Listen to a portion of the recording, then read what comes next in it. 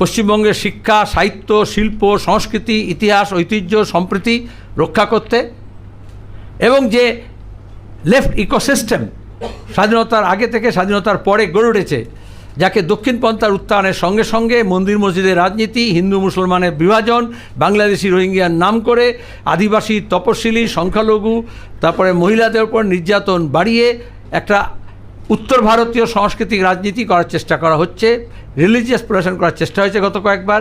সেই বাইনারিকে আমাদের ভাঙতে হবে।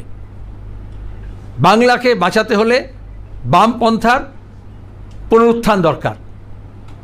সেই লক্ষ্যে আমরা কাজ করছি। গত রাজ্য সম্মেলন থেকে আমরা যে ইলেকট্রাল ট্যাকটিক্যাল আইন ঠিক করেছিলাম, তাকে আমরা গত 1 বছর ধরে, অলমোস্ট কদিন পরে 1 বছর পূর্ণ হবে, আমরা সেটাকে সাকসেসফুলি ইমপ্লিমেন্ট করার চেষ্টা করেছি।